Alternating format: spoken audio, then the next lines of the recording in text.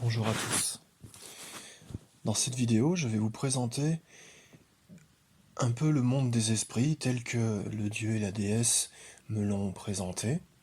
Donc nous allons parler des esprits que le dieu et la déesse ont créés et qui sont normalement en général tous bons puisque c'est une manière de parler ça.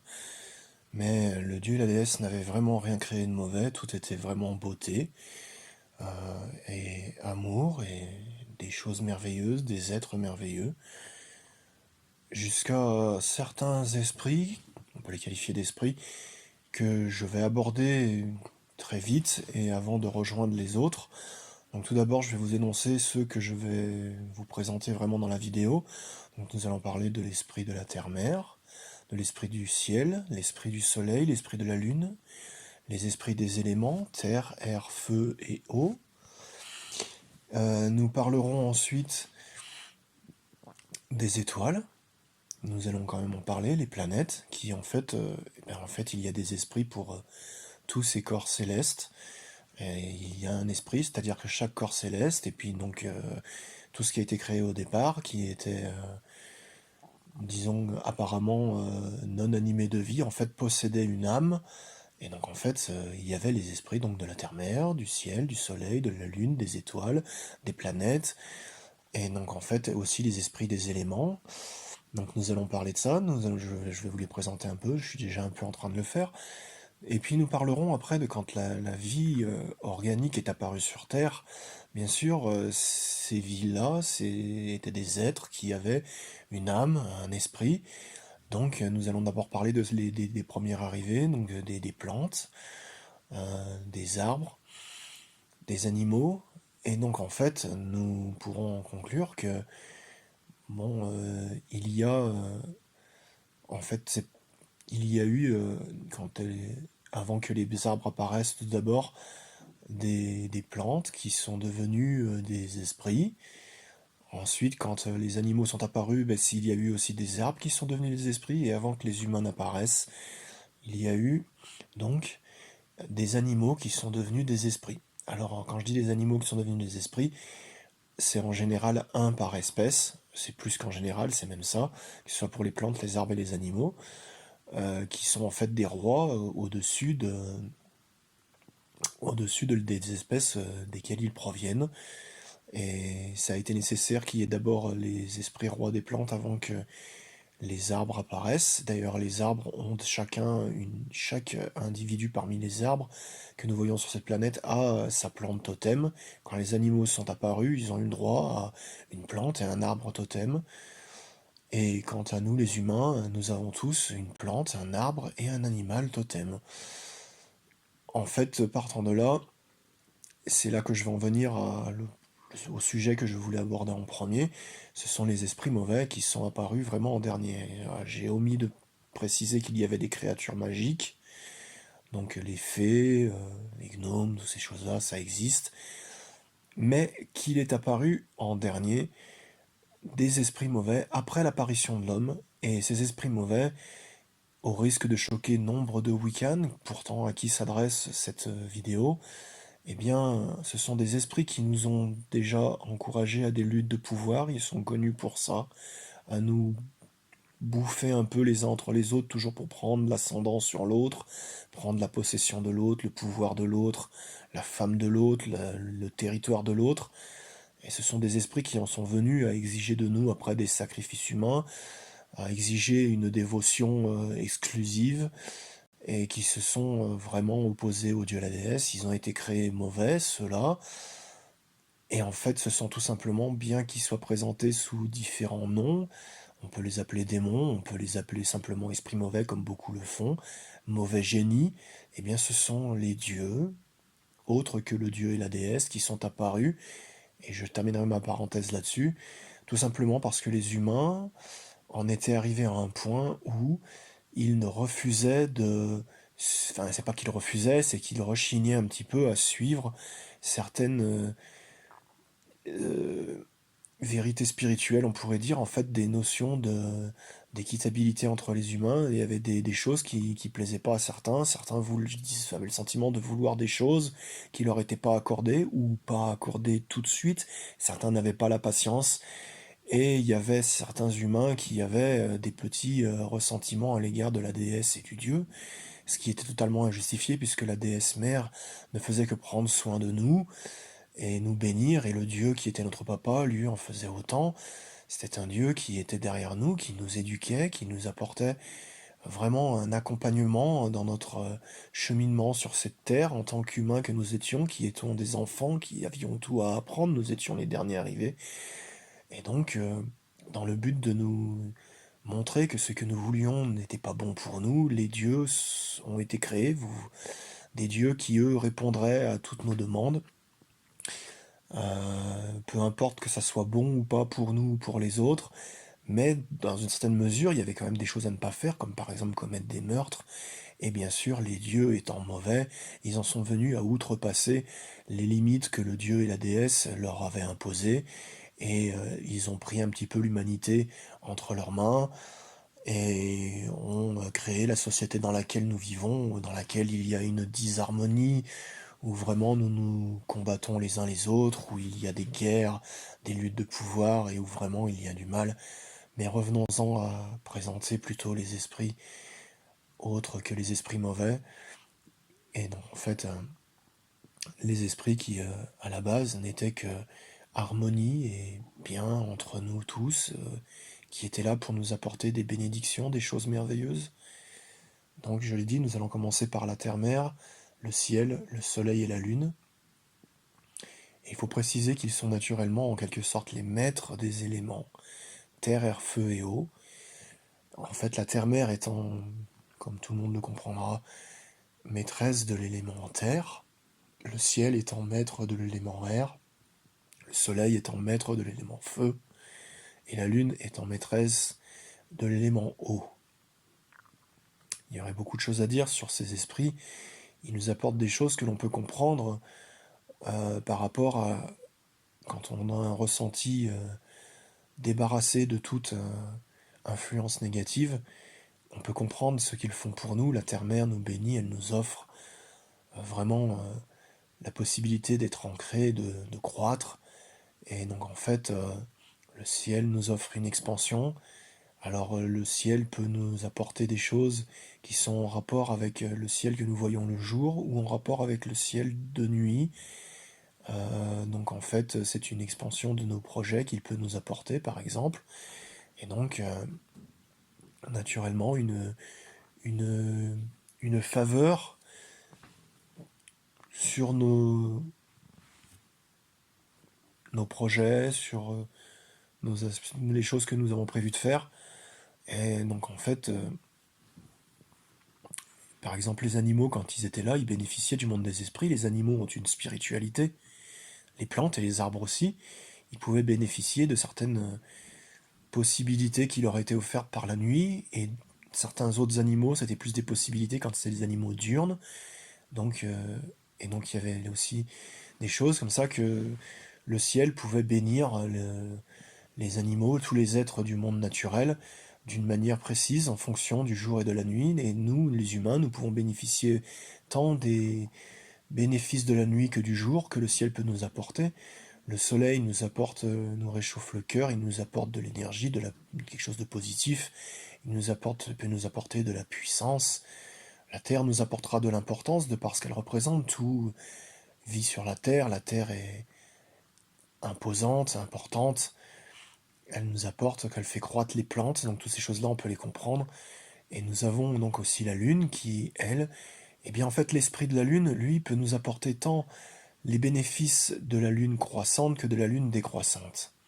Ce qui veut dire que même en période de lune décroissante, si on s'adresse à l'esprit de la lune, on peut obtenir des choses. Bon, c'est la lune décroissante, mais la lune peut nous apporter quelque chose qui est en rapport avec la lune croissante, l'esprit de la lune, je parle. Et inversement, quand c'est la lune croissante, des choses que la lune décroissante nous apporterait, bah, l'esprit de la lune peut nous les apporter, des dons, des bénéfices. Alors dans les temps anciens, les sorciers et les sorcières, lors des rites de pleine lune, Alors bien sûr, tous les rites sorciers se passaient en, en lien avec la déesse et le dieu, mais on célébrait particulièrement ces esprits qui étaient les plus forts, la terre-mère, le ciel, le soleil et la lune. Et donc pendant le rite de pleine lune, c'était la lune qui était à l'honneur. Et pendant les rituels du soleil, comme je les appelle, eh bien en fait qui sont aux périodes des équinoxes, des solstices et aux périodes intermédiaires entre équinoxe et solstice, bah, c'était le soleil qui était honoré, mais toujours avec le dieu et la déesse. C'est des choses en rapport, en lien avec les énergies des saisons pour ce qui est des rituels du soleil. Et le rite de pleine lune était un moment de magie où on demandait des choses à la lune et où on célébrait la déesse et le dieu, donc pendant les rites de pleine lune avec la lune et pendant les rituels du soleil avec le soleil. Et donc on pouvait faire des rituels qui eux étaient détachés des cycles du soleil et de la lune, et c'était les rituels à la terre-mère et au ciel, des rituels qui pouvaient être quotidiens, qui pouvaient être faits un peu n'importe quand on avait le temps, et qui s'adaptent très très bien à notre société moderne où le week-end on a du repos, certains ne travaillent pas le lundi, bon, une mère au foyer est avec ses enfants le mercredi, notamment, enfin en tout cas en France, ce sont des moments qu'on peut choisir pour faire un rituel à la terre-mère et au ciel. Donc ces choses-là ont existé par le passé, là je parle de l'époque moderne, mais ça existait chez les premiers humains qui ont commencé à découvrir ces choses-là. Et donc on pourrait parler aussi du pouvoir des éléments. Alors il y a des choses qui sont naturelles, des bénédictions quand nous sentons la terre, que la terre peut nous apporter, le feu nous inspire, il nous réchauffe, l'eau qui est un élément qui nous bénit, qui est doux, qui nous apaise, et l'air, bon, l'air que nous respirons, l'air qui nous rafraîchit aussi, qui nous vivifie, ben, ces esprits ont des pouvoirs qui sont en relation avec leur pendant physique, que sont un feu, de l'eau dans une rivière, ou voilà, etc.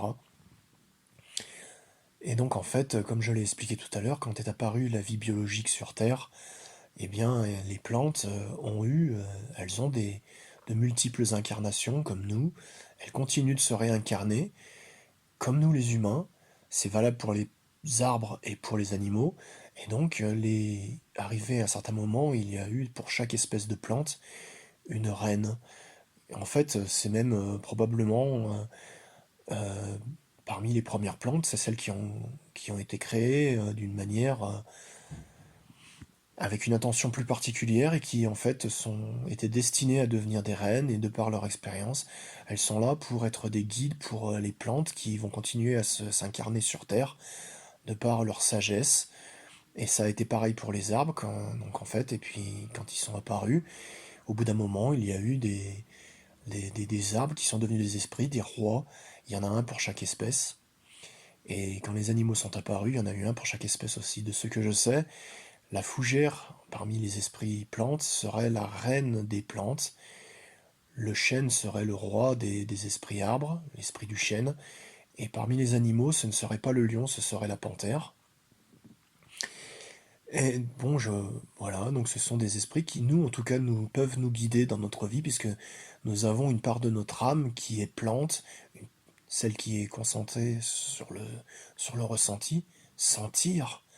Et dans le cheminement, après nous en venons, quand nous sentons les choses, à réfléchir, à méditer, et bien là, ça représente un petit peu la qualité principale des arbres, qui est la réflexion, la méditation. Et ensuite, il y a les animaux, là c'est agir. C'est vraiment passer à l'action. Les animaux sont les premiers à être apparus, à pouvoir se déplacer. Et nous bénéficions dans notre âme de cette capacité à sentir, à réfléchir, à méditer et à agir. Et donc en fait, l'homme est une espèce particulière qui est apparue en dernier. Cependant, l'esprit de l'homme et de la femme, selon ce que le dieu et la déesse m'ont enseigné, sont encore à venir. Aucun humain n'est encore devenu un esprit pour l'instant, ne cherchez pas. Toutes les histoires qu'on vous raconte sont des fables. Les humains des premiers temps continuent de se réincarner encore à notre époque, depuis la préhistoire. Avec le temps, il y a eu de plus en plus d'humains, donc de nouvelles âmes. Et il y a des âmes à notre époque qui sont récentes, et il y a de vieilles âmes, mais nous n'avons pas encore au-dessus de nous un roi et une reine. Et je dis intentionnellement un roi et une reine, parce que pour nous, ce ne sera pas comme pour les plantes, les arbres et les animaux, il n'y aura pas, et c'est le dieu et la déesse qui me l'ont enseigné, il n'y aura pas simplement pour l'espèce humaine un roi ou une reine, il y aura un couple d'âmes sœurs qui seront un roi et une reine pour nous. Donc ce seront de vieilles âmes, probablement les premiers à être apparus, qui auront été faits avec une intention particulière. On peut imaginer qu'un homme tel que le Bouddha pourrait très bien être l'esprit de l'homme, mais il y aura aussi un esprit de la femme, mais nous n'en sommes encore pas là. Voilà, ce que je peux vous enseigner, c'est que nous avons ces guides. Donc dans notre manière de sentir les choses, nous avons les plantes. Dans notre manière de réfléchir, nous avons les arbres. Et chacun a sa plante et son arbre totem, et nous avons un animal qui correspond vraiment à notre personnalité, notre nature propre, dans notre comportement en société, notre manière de réagir aux agressions, aux hostilités, mais aussi dans notre manière de nous comporter en société en général. Il y a un animal qui nous correspond à chacun d'entre nous, et donc en fait c'est un guide, cet esprit animal, et c'est comme ça que c'était donc au départ. Et dans tout cela, il n'y avait rien de mauvais, à part des êtres qui sont apparus plus tard, donc des dieux qui sont mauvais, au risque d'en choquer les Wiccans. On remarque que Dieu, que ce soit nous, que les dieux nous encouragent à des luttes de pouvoir. C'est évident dans l'histoire de l'humanité, ils nous ont imposé des sacrifices d'animaux, mais aussi des sacrifices humains. Et bon, même pour ceux qui travaillent avec les anges, rendez-vous à l'évidence, soyez honnête avec vous-même, les anges vous demandent parfois de faire des choses qui sont mauvaises. Donc par expérience, j'ai rencontré des gens qui ont travaillé avec les anges et qui s'engageaient dans des luttes de pouvoir et qui se justifiaient tout au nom du fait qu'ils étaient avec le divin, et ils commettaient des choses qui étaient absolument méprisables. Vraiment méprisables. Donc voilà, rendez-vous à l'évidence. Donc les bons génies de la Kabbale ne sont pas des bons génies, ce sont des dieux, et ils ne sont pas bons. Et donc voilà. Alors mon expérience avec les créatures magiques, cette fois je vais vous parler des créatures magiques, mon expérience avec eux est plutôt limitée, donc je n'en parlerai pas beaucoup.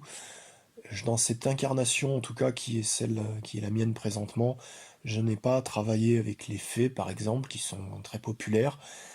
Dans d'autres incarnations plus lointaines, probablement, mais dans celle-ci, non. Les seuls êtres magiques, les seules créatures magiques avec lesquelles j'ai travaillé, c'était étant enfant.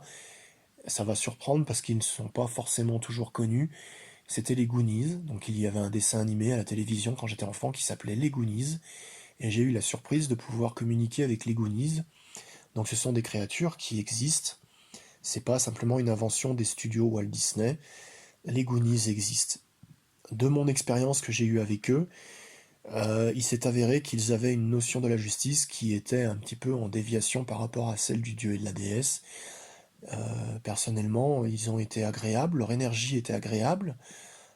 Je les ai aimés pendant un temps et je me suis rendu compte que leur influence n'était pas toujours celle que j'aurais souhaité. Ils m'encourageaient à une notion de la justice qui n'était pas celle qui était celle que le dieu et la déesse m'enseignaient.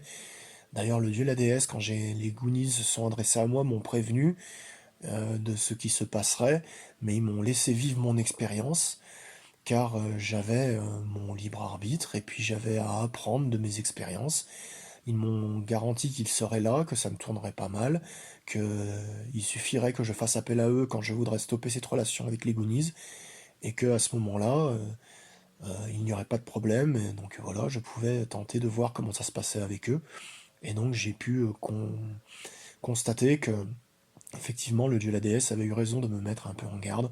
Donc les créatures magiques sont un peu comme ça, de réputation. Les fées aussi ont tendance, ou les gnomes ont tendance à... Enfin les gnomes, j'en ai moins entendu parler, mais c'est connu que beaucoup de créatures magiques ont tendance à encourager les humains à punir des personnes apparemment mauvaises, des mauvais sorts, qui sont pas toujours forcément d'une grande sagesse.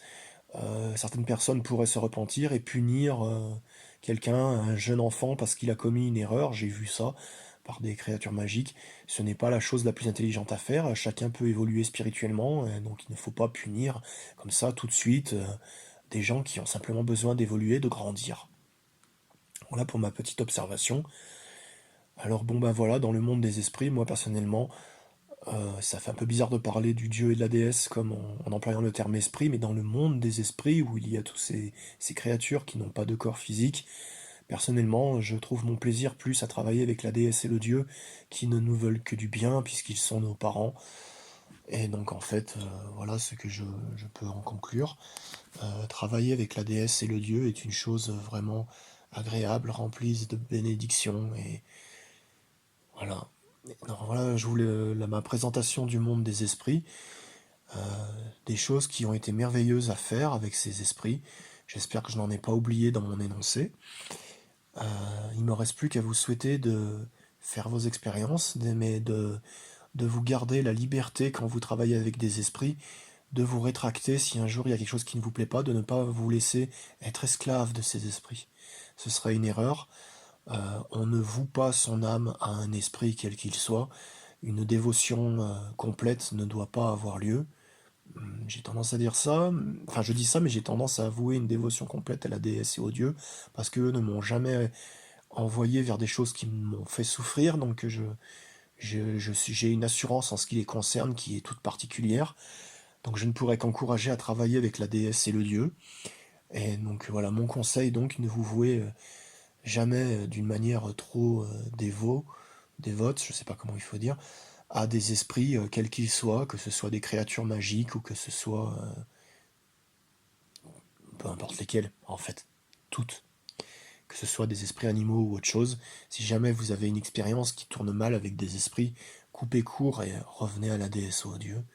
Et pour conclure, je vais justement terminer en vous souhaitant les bénédictions de la déesse et du dieu. Bénédictions sincères à vous tous.